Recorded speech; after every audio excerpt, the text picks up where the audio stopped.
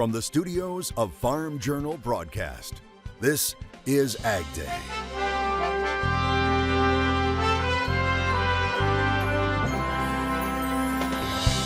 A young girl with a big heart, but in need of a new one. And they decided to bring me in to the doctor, and then we figured out that I had this heart problem. How the dairy industry is showing love for Lexi. A new hurricane brings new concerns for farmers and ranchers as they work to recover from the last major storm. I mean, this is a financial burden, devastation. We're tracking the recovery and the preparations for what's next right now on Ag Day. Ag Day is brought to you by Pioneer. Put Pioneer brand corn's exclusive genetics on your team. Win with higher yields and industry-leading traits. Pioneer brand corn. Your best year starts here. Good morning, I'm Clinton Griffiths. Happening right now, the state of Florida is once again on high alert as Hurricane Milton continues to intensify in the Gulf Coast. The storm strengthening as a powerful Category 5 in the Gulf of Mexico on a path toward Florida's west coast. As correspondent Lee Waldman reports, preparations are being made for the potential of a direct hit on the Tampa Bay area. Days ahead of Hurricane Milton's expected landfall, Floridians are preparing. Long lines of cars waiting to fill up sandbags along the western coast. Officials are urging people to finalize their preparations now and get out of the path of this storm. You have time to execute your plan, but you got to do it now. There have been some evacuations that have been issued. There's going to be a flurry of them today. I know the counties are working on opening shelters. You cannot wait and see. You have been told what's going to happen. The storm is projected to make landfall as a Category 3 near the Tampa area late Wednesday or early Thursday, packing 120-mile-per-hour winds. Officials are warning about the threat of storm surge, rain, and flash flooding. A state of emergency has been declared in 51 of the 67 counties in Florida. Please, if you're in the Tampa Bay area, you need to evacuate. If they have called for your evacuation order, I beg you, I implore you to evacuate. Drowning deaths due to storm surge are 100% preventable if you leave. 10 days removed from Hurricane Helene's devastation, debris from that storm still lingers, prompting Florida's governor to deploy the National Guard to help assist with debris removal that could cause more damage from Milton's forecasted winds. That creates a huge hazard if you have a major hurricane hit in that area this week. I'm Lee Waldman reporting for Ag Day. As Florida prepares for another hurricane, cleanup is still ongoing from Hurricane Helene. Ag Day's Michelle Rugg joins me. Michelle, the Farm Journal team talked with some impacted producers there in southeast Georgia. Well, Clinton, farmers impacted in southeast Georgia tell us Helene is the most catastrophic and costly hurricane they've ever seen, superseding even Hurricane Katrina. In the aftermath, cleanup is underway, but it may take years to put the pieces back together. And farmers say with lower commodity prices, many farmers were already on the financial brink before the storm hit. The loss from Hurricane Helene was devastating for farmers in southeast Georgia. A foot of rain and hurricane winds of 125 miles per hour ripped through Coffee County, which was the epicenter. We were considered one of the hot spots for it because that was the highest recorded wind. We had 30 tornadoes also come through this county at the same time during the hurricane. He says the biggest loss was to timber, as tree stands they've been growing for 35 to 40 years are completely gone, and it will cost $1,000 an acre to clean up and restore. But our timber is probably 75 to, I've seen as high as 100% damage on timber stands. Granthams also have 215 acres of peanuts to harvest and 1,400 acres of cotton that has been nearly wiped out. We've lost all of our cotton, haven't we? All of our cotton acres and our peanuts, we should have been already midway through harvest, if not 3/4, and we can't get into the fields, and they're saying the buying points, everything is down for another 3 to 4 weeks. They also lost several cattle and over 100,000 chickens on their operation, and they're not alone. It's about a 4-county area, you know. Coffee County, Jeff Davis, Atkinson County, There might be another county in it. I don't know for sure on that, but I know there's 598 chicken houses total, but there's 298 on the ground, you know. Thousands of farms and homes are still out of electricity and water.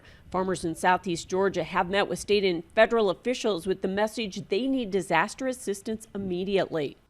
We was already struggling before this, and then this just kind of added, you know, way more on us physically and mentally and financially. I mean, this is a financial burden, devastation. He says it may take farmers several years to rebuild, and they may never be whole. I'm Michelle Rook reporting for Ag Day. The focus remains on the path Milton will take as it nears the U.S. as dry weather persists out in the west. Meteorologist Matt Engelbrecht has the very latest. Oh, in regards to the precipitation forecast, of course, all eyes are on the tropics and Milton, what it would potentially bring to parts of Florida. A bit of an unusual situation in the track of the system working across Florida from the west to the east, ramping up in the Gulf of Mexico. And what's interesting about this is not only the path, but what's going on for the rest of the nation. Rainfall over the next 24 hours, quiet all across the United States, and then you have a slug of moisture even before Milton comes through. Now, obviously, when we get into the next 7 days, start to see that really ramp up on Wednesday with Milton and that tropical system in Florida. But even back up here to the north and off to the northwest, completely quiet with a ridge of high pressure in place for the next 7 days. So a big contrast between parts of Florida and the rest of the nation. Now in the next 7 days, may get some light rain back up here in the northeast, but certainly over the course of 7 days, it won't be much.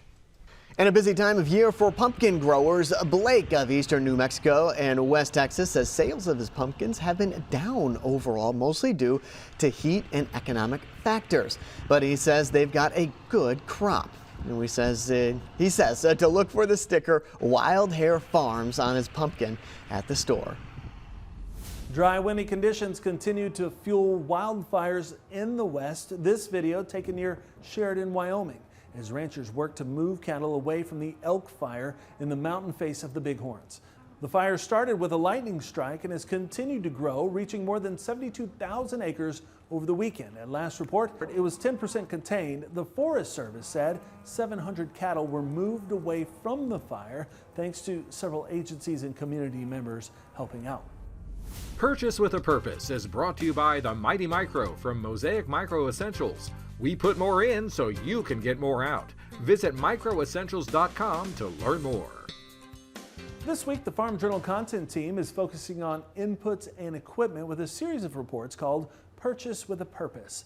Now, many operations are preparing to make those big purchases as fall harvest winds down and field work gets underway. One of the biggest question marks this fall is fertility. How much will farmers choose to put down during a season of thin margins? Well, Josh Linville of StoneX says they expect somewhat steady fall application rates this year, given the speed of harvest, strong yields, and the recent bump in prices. Now they're forecasting between 2.1 and 2.2 million tons of anhydrous to be applied, a little less than last year, but higher than average.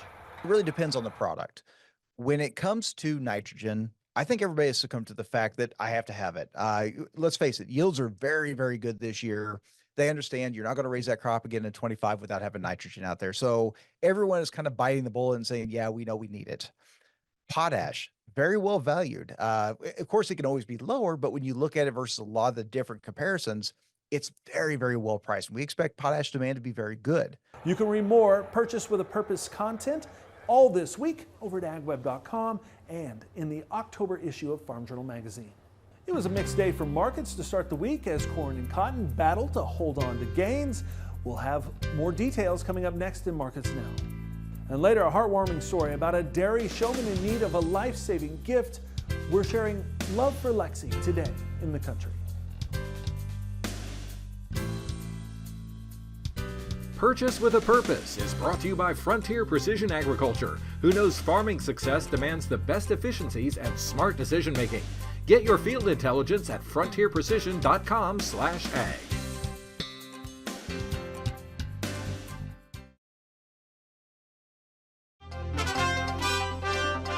Corn Corn futures favored the upside on Monday with support from wheat and crude oil. AgDay's Michelle Rook is back with an update in markets now. Grains ending mixed on Monday. Brian Grady with Pro Farmer has analysis. And Brian, wheat seemed to lead on Monday.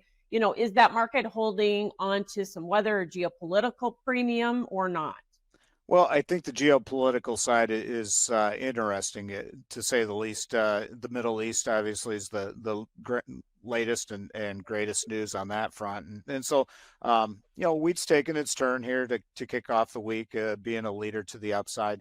I think that the important thing is that on this move off the August lows, corn, soybeans, and wheat have all participated, and they've all taken turns in a leadership role. And that's something you need to see continue if we're going to see a sustained price rally. So has corn just been following wheat here, or, the funds have been getting out of their shorts in pretty much the entire grain complex, corn included, right? Absolutely. And so when we saw the major downturn in prices, we saw the funds piling into the short side of the market. Now we're seeing them actively cover those shorts. And we're probably to the point as a complex, the grain and soy complex as a whole, where we need some new bullish news to kind of fuel some fresh buying on that front. The fund short covering is probably just about done if they don't want to go to a net long position. Soybeans held support on Monday that needed to be held, but soybean meal has been a real drag on that market. If we continue to see a correction in soybean meal, can soybeans hold together? Well, meal is definitely the key. There's no doubt about that. So, the funds are getting out some length in the meal market, and the risk is that they continue to do so. And if that happens, then it puts more price pressure on soybeans. And so we're getting to that kind of flexion point where we need something to either happen bullish fundamentally or the meal market, there's risk that it continues to pull the soybeans lower.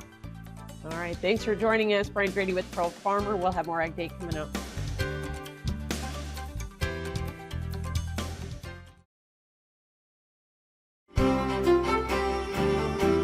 A very serious situation unfolding for Florida with Milton being a very strong tropical system, bringing both storm surge, wind, and rain to parts of parts of Florida. And I say that because as you come back up here to the north, as you'll see, this is Tuesday at 7 a.m.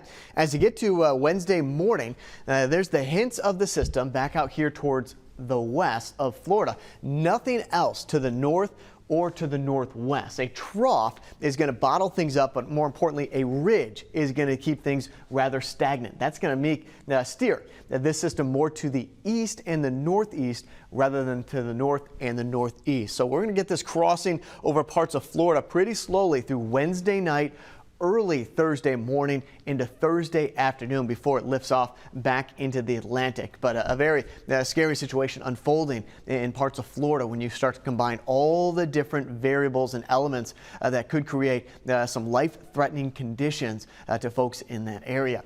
For Thursday at 9 p.m. So again, the tropics in terms of Milton, that moves off to the east in its wake. Ridge of high pressure builds in with cloud cover streaming in overhead. Not seeing much in the way of any system that's going to bring widespread rain to the United States. You have that one tropical system that's going to impact parts of Florida. Once that leaves, and of course cleanup will commence back here towards the west and to the southwest, not seeing any strong thunderstorms or even complexes down at the middle part of the atmosphere that would support widespread showers in the United States. Again, that's Saturday at 4 p.m. Still all quiet in and across the United States, and that's going on nearly 5 to 7 straight days. That ridge continues to be a bit of a problem even on Sunday at 7 p.m. as all is quiet back out here towards the west. We'll start off with Asheville, Missouri. Sunny, high around 76 degrees, low of 46. North Dakota, sunny, high of 80 degrees, low of 45. And then Texas, Azle, Texas, you got a high around 88, low of 59 degrees.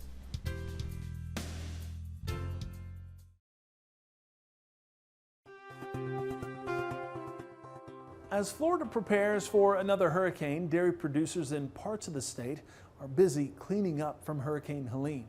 United Dairy Farmers of Florida estimating damage to farm operations at $15 million. Now, the storm tore through a major dairy producing area in the Big Bend region of the state, comprising over 20 farms in the 5 counties. It's reported those rural counties produce more than half of the state's milk supply. Currently, officials are estimating up to a 15% drop in milk production. USDA says it's investing over $11 million to strengthen the U.S. dairy industry. Ag Secretary Tom Vilsack announcing the funding at this year's World Dairy Expo in Madison, Wisconsin. The money coming from the Dairy Business Innovation Initiatives Grant Program. It's aimed at supporting small and mid-sized dairy businesses by enhancing production, marketing, and distribution of dairy products, providing technical assistance and fostering innovation. Up next, more from World Dairy Expo and a story about a young dairy showwoman. Why people are rallying behind a young girl named Lexi next in the country.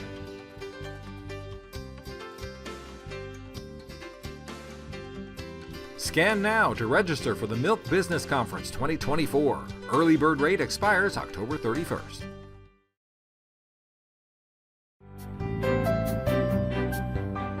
The World Dairy Expo has crowned its champions. Stony Point Joel Bailey, which is owned by Vieira Dairy Farms of Hillmar, California, was named the Supreme Champion on Friday. And Premium Apple Crisp Lily Red was named the Reserve Supreme Champion. Lily is owned by Butler View Farms in Chebance, Illinois.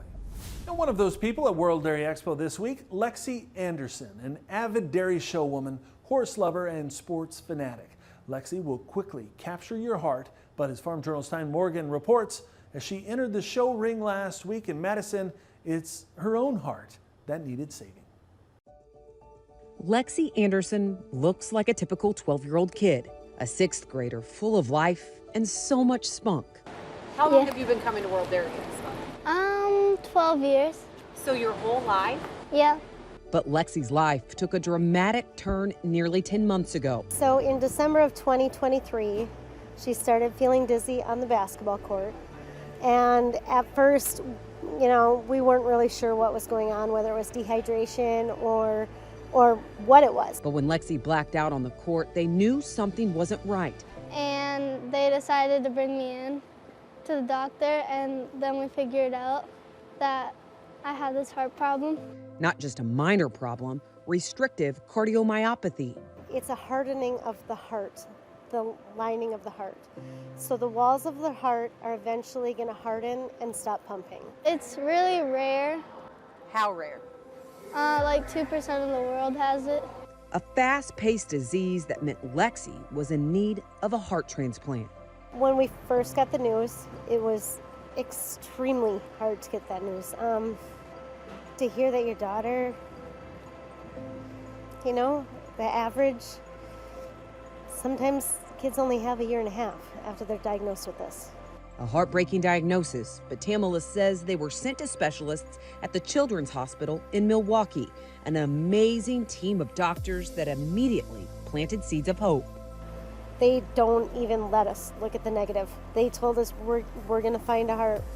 You don't need to worry about it. We're going to find it. We're going to fix her. Are you scared at all? Are you nervous at all? I'm a little nervous. I don't know when I'm going to be able to get back. And I don't know if they're going to hold me for the 3 months recovery. But hopefully they let me go home and just recover at my house. At 12 years old, Lexi's courage is contagious, and her support, well, it's inspiring. She has an army of family and friends who are rooting her on with a group called Love for Lexi. And that love was put on center stage this summer when Lexi's friends Hattie and Holly Hargrave gave the ultimate gift of generosity with a lamb for Lexi. We went to a county fair and I was showing sheep and I didn't make sale and one of my friends did. And it raised over $27,000, and she gave it to me for the benefit. It was absolutely amazing. Honestly, when the first buyer bought the lamb, I was in tears then. And then he's like, nope, I want to sell it again. And he gave it back, and they sold it again. And it sold 4 times. Lexi, that's $27,000 that your friend raised for you. How loved do you feel? I feel really, really loved. Lexi's big heart is now what's needing saved, but it's a constant showing of love and support that's getting this family through.